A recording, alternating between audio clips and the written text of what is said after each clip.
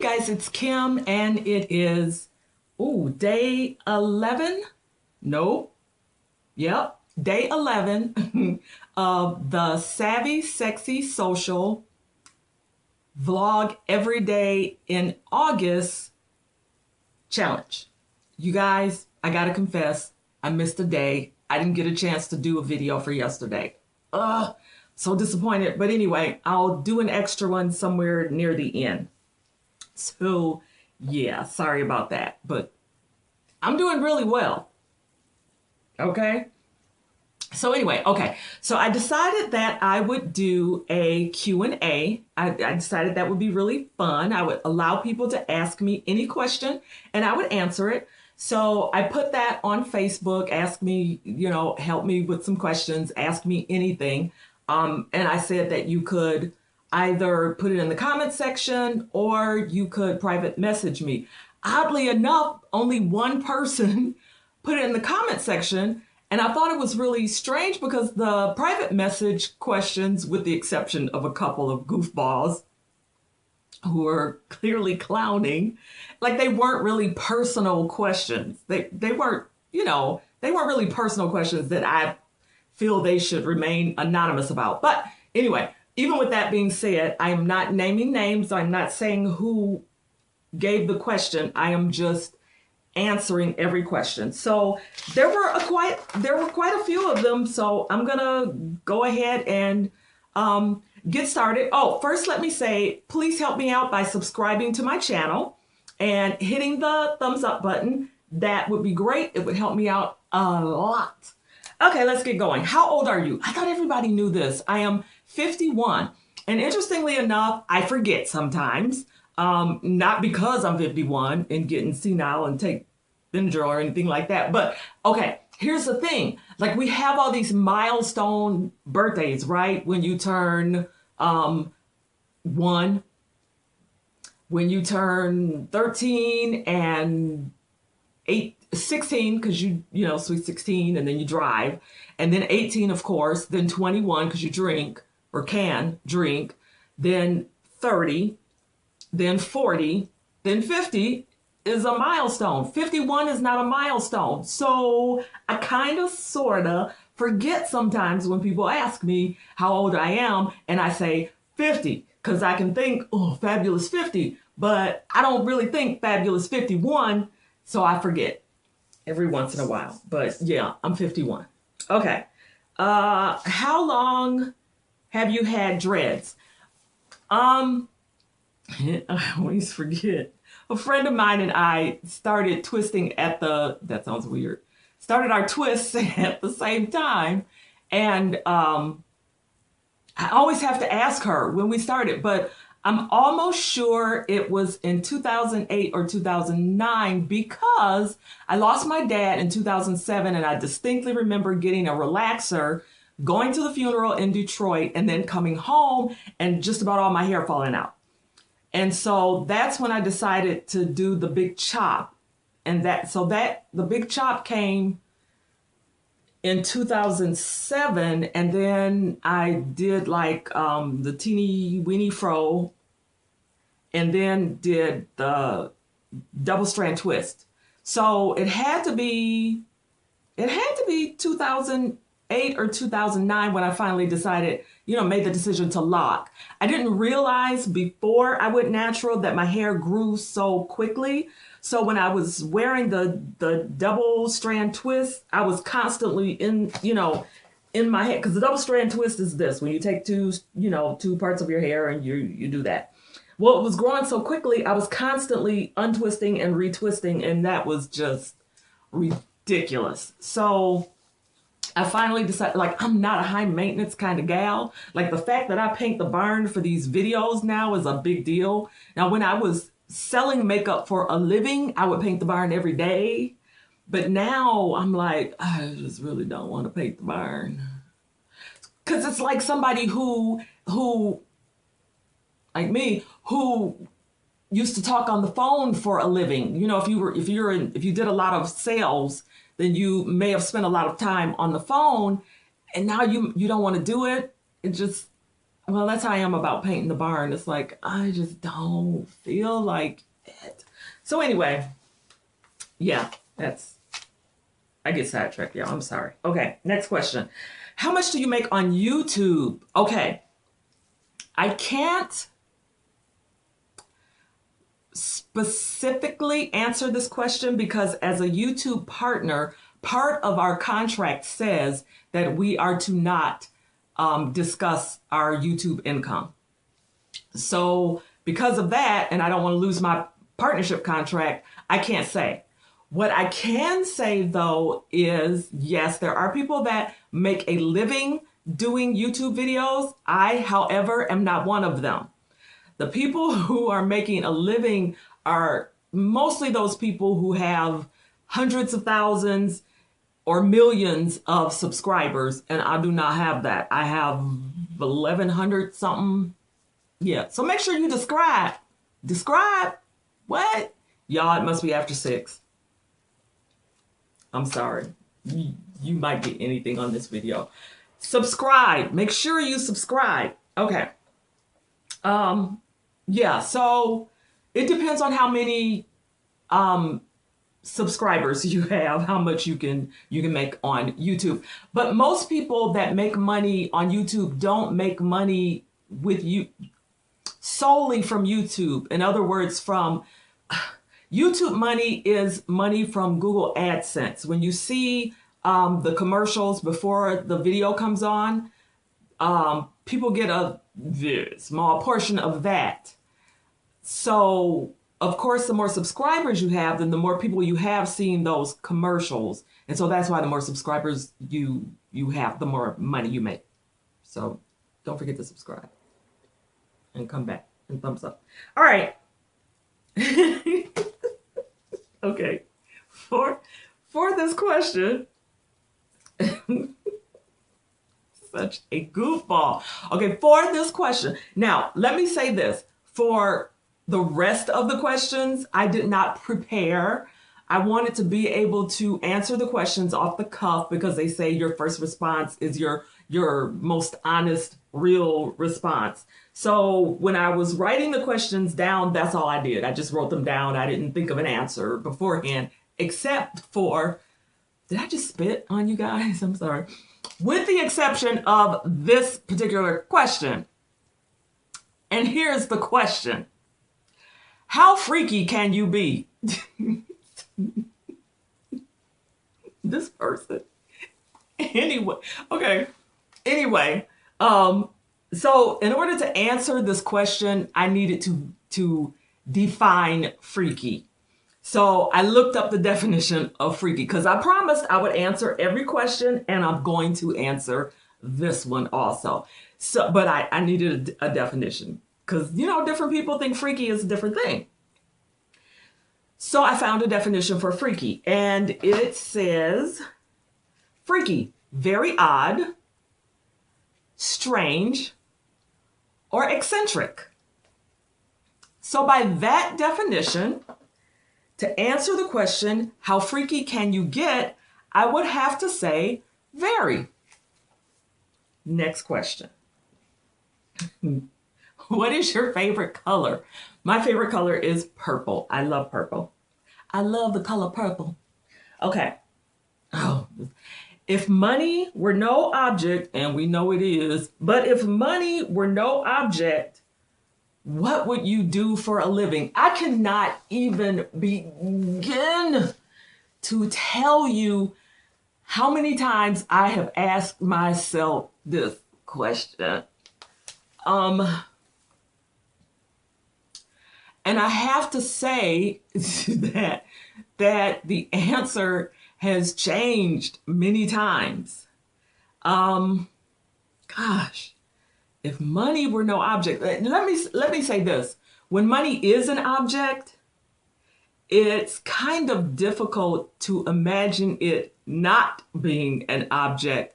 So it's kind of, for me, you know, maybe for others, it's easy. And perhaps back in the day, I would have been able to easier answer this question if money were no object. What would I do for a living? when I was a kid, when I was a little girl, I always said that I would have a boutique. I'd have like a clothing store. To this day, you guys, I love cash registers, but I also love microphones.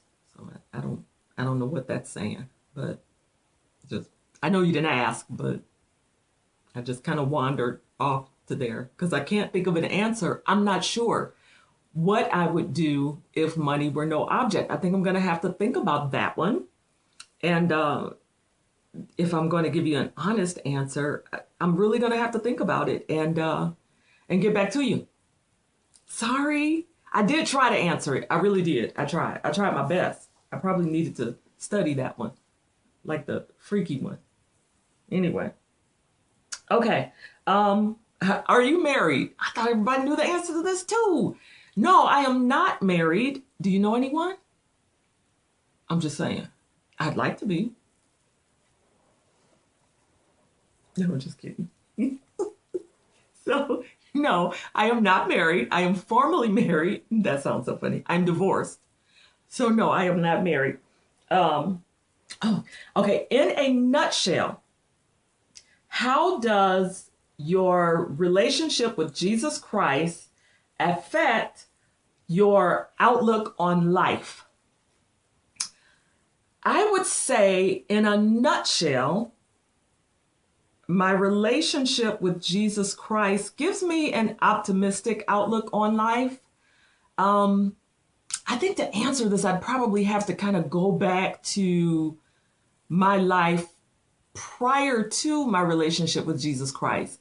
And my outlook was probably a lot bleaker. And I was definitely a lot less optimistic and a lot less hopeful. So my relationship with Jesus Christ, in a nutshell, gives me a more positive, hopeful outlook on life. What is your favorite food? Now, that's another one that's hard to narrow down because y'all know I love food. My favorite food, probably the edible kind. I'm just kidding. Okay. But I really can't narrow it down to one specific favorite food, although I love me some, y'all, those Reese's peanut butter cups, not the little ones, not the little ones that come wrapped individually, because there are those, not those. There are some little ones, y'all, that don't come with a wrapper. They just throw them in a bag and I love those, but that's not my favorite food. I don't have a food that I can specifically say is my favorite. However, my favorite type of food is probably Italian. I love pastas. Yeah, I'm a carbohydrate kind of gal, and I got the gut to prove it. So yeah, I can't buy pasta because I'll eat it. I'll eat all of it. I love pasta. I got a problem.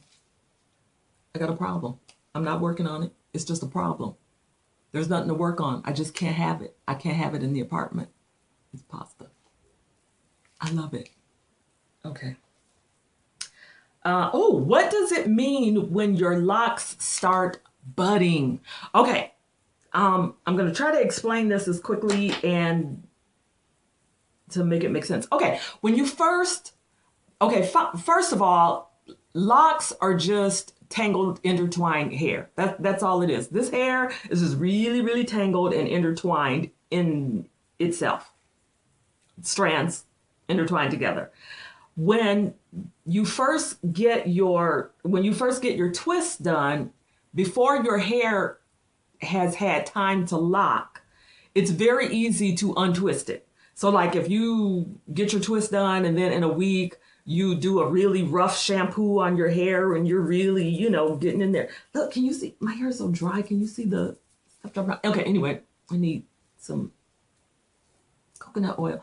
Okay, yeah, I'm trying not to be distracted, but it's hard. Okay, so when you first start twisting your hair, it's not going to be locked like this. Like this, And contrary to what people believe, you can unlock it. It's possible, but I would have to get like a toothpick or a pin or something and just painstakingly. I wouldn't try it. I really would. So I can do pretty much anything to this, shampoo it, whatever, and it's going to remain locked. When you first get your twists, though, they are not locked and they will, where is that? A gray hair. And they will not remain locked if you manage them a lot. So I'm going to show you an example of what I consider a bud. Okay. I don't know if you can see that, gosh, because I don't have my glasses on, you guys, so I can't see how well you can see that. But if you can see that, there's like a puffy part, right? Okay, here's my new growth, and then here is a really puffy part, and then this part right here is kind of straight and tangly. This puffy part right here is what I would consider the bud, because that is the part that is beginning to lock. It has started to intertwine and tangle itself together, all the strands, but it's not quite there yet. So like if I cut it just after this bud, just after this puffy part, this would very easily come loose, as opposed to this part down below the bud that is already locked. So when you first, people get excited when they start to see those puffy buds because they're like, yay, my hair is finally locking. And it makes it an easier maintenance process. So, and that, how long that takes to happen really depends on your texture of hair. Now, my hair is very my curl pattern is very tight, or nappy. I prefer the term nappy. I like the term nappy. I'm happy to be nappy. It's nappy. And so my hair it locks pretty quickly. My son, on the other hand, has what we referred to back in the day as good hair. So his hair has a curl pattern. It's not straight, but it's not as tightly curled as mine is, or nappy. It's not as nappy as mine is. Well, his took a little bit longer, a lot bit longer to lock than my nappier textured hair did. Okay, so I hope that helps. If it didn't, just you can ask me more questions. I'm happy to answer. I love answering lock questions because before I decided to lock, I had tons of questions. Oh, how do you feel about marriage? Okay, I feel fine. No. Now, I think people are going to be very surprised to hear this response because I am jokingly very cynical about marriage. But in all honesty, I think a good marriage is a beautiful thing. I saw today a friend on Facebook had posted something. I can't remember who it is. Well, I can't name names. I'm not supposed to name names anyway. But anyway, somebody had posted that she still had a crush on her husband.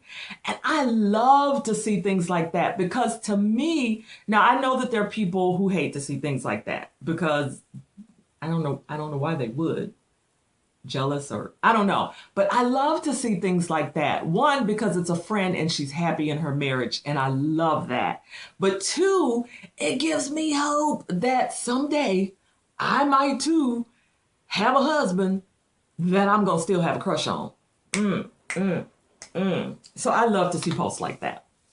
So to answer the question, how do I feel about marriage? I think a marriage that works is a great thing. In fact, many of my friends have been married for several years, for like a couple of decades, almost 3. I have some friends who have been married for almost 3 decades, and the majority of them happily married. Now, that was not a read against marriage. The reason I say that's okay. This part is not funny, but the reason I say that is because I do know that a couple of them, well, one couple is in the process of ending their marriage, and another couple is going to end their marriage after they get some stuff taken care of, which really saddens me. Yes, I am divorced, but I never like to hear of someone's marriage ending because I don't think anyone walks down the aisle or to the justice of the peace or, whatever ceremony they choose to have. I don't think anyone goes into that ceremony with the goal of not spending the rest of their lives with that person. So it always saddens me whenever, I hear of a marriage not working. It's never a good thing. It's never a happy thing. So, yeah. But the majority of my friends who have been married for several years are happily married. And they're happily married, I think, because they worked at it. They worked at it. Interestingly enough, though, of my single friends, none of them want to be married. Oh, except for one. One.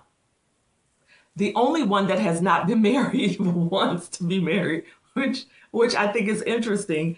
And out of my single friend, my divorced friends, I am the only one that wants to be remarried because I'm freaky, meaning odd, eccentric in that group.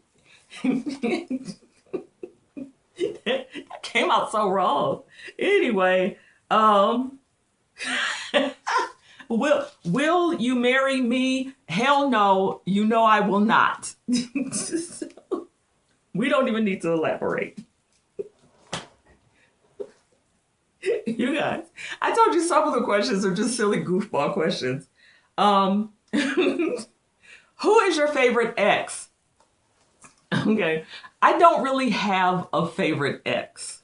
There are characteristics about all of my exes that I really did enjoy. That sounds like I had like a ton of exes. Like I've only been married once, and I wasn't in a whole lot of relationships. So let me clarify that. But I've dated more than two people. So anyway, so I this person. Anyway, so I don't have a favorite ex per se. There are characteristics of all my exes, some characteristics of all my exes that I really did like. For example, one ex could always he could always manage to make me laugh. He was hilarious. Hilarious. Another ex was very intellectual, and it was always a great conversation with him. I always knew that no matter what we did for a date or, where we went, what we'd be doing, we were going to have great conversation. Then another guy was the time that I spent with him, I never, not once, had to be remotely concerned about really much of anything. He's a really old-fashioned guy, and he was really amazing at being a protector slash provider. What I mean by that is that if a need came up, he knew about that need, and he met it almost before I can even mention it, because I don't like asking people for help. But he was the kind of person, he knew me really well too. So he could sense when there was something wrong, and he knew that only few things bothered me. So anyway, he was really good at that. Then another guy, so I don't have, I don't have a favorite ex per se. Like a lot of women say, they wish their characteristics of, all their exes, that they wish they could combine into one guy. Like, wouldn't that be great? But yeah, you can't. I think, Frankenstein, was a monster. Actually, the Frankenstein was the doctor. Wasn't Frankenstein the doctor? It was Dr. Frankenstein who created the monster. But what was the monster's name? It was Frankenstein's monster, right? But was his name Bud or Felix or anything? Did Frankenstein's monster have a name? I don't know. Who knows? So yeah, no favorite ex per se. Is it possible for men and women to be Platonic. Mm, yes. Yes. I think so. I think so. I'm actually still friends with most of my exes. Yep. Um, yeah, and it works out. Like I don't hang around them. I'm not hanging out with them every day. Um, in fact, the majority of them don't even live nearby.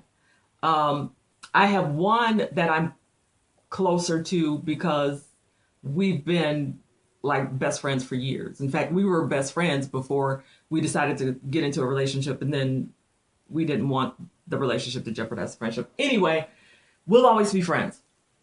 So, yes, I do think it is possible.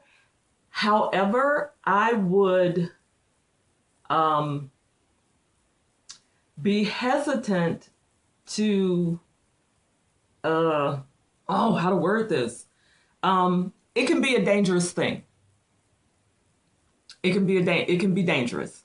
If one of the people gets into a serious relationship, especially a marriage, then I think that that friendship has to either, now this is just my opinion, either the friendship needs to be a mutual friendship along with the spouse, or they need to consider dissolving that friendship because it can get really dangerous. You know, television, we see on television these men and women who have affairs and say, oh, it just happened. Affairs don't just happen, they develop. They develop, and they usually start out with just talk. You know, I'm going to share with you some issues I've been having. No, I'm going to help you clear up these issues. You know what I'm talking about. You know what I'm talking about. So I think that you have to be very careful um, in those platonic relationships because they can very easily develop into something else, and it can end up being a hurtful thing for all parties involved. So yes, it's possible, but you have to be careful, and I think you have to be very realistic with yourself. Yeah, yeah, yeah. I was gonna say something else, but I'm not gonna go there. Uh, what one thing do you need more of in your life? Money. I need a whole lot more money. Okay, I got love, joy, and peace, relationship with God, great friends, great family, loving relationships. I got all of that stuff that they talk about money came by. What I need more of is money. I'm just saying. Money. Like my health is good, as far as I know. Mentally, emotionally, spiritually, I'm good. I need more money. That's money. I'm just saying. Oh yeah, I'll take a husband. I forgot. But that's not a need though. That's not, you know. I need more money. Money. I'm just saying. Okay. Um, and then the final question is, yeah, you guys, I'm finally done. That was a lot. That was a lot. But the final question is, what is your favorite thing to do? My absolute favorite thing to do is laugh. And I'm not talking about that. I'm talking about just that gut wrenching, rolling on the floor, literally crying, can't catch your breath, laughing. That kind of laugh. I love to do that. It is my favorite thing to do. It is something actually that I seldom get to do. Although I am very happy, there are few things that just give you that gut wrenching laughter. And that's one of my favorite things to do. Okay, so that is it. Thank you for all the questions, you guys. Some of them were quite interesting. How freaky can you be? Wait till wait. I'm about to call you right after I upload this video. Just goofball. Anyway, I still love you. Okay, so don't forget, I need you to subscribe to my channel. They will, not all the videos are Q&As. And please give me a thumbs up on this video. And I just want to thank you for taking the time to submit the questions and taking the time to listen to these crazy answers and answers, especially after 6 p.m. All right, bye.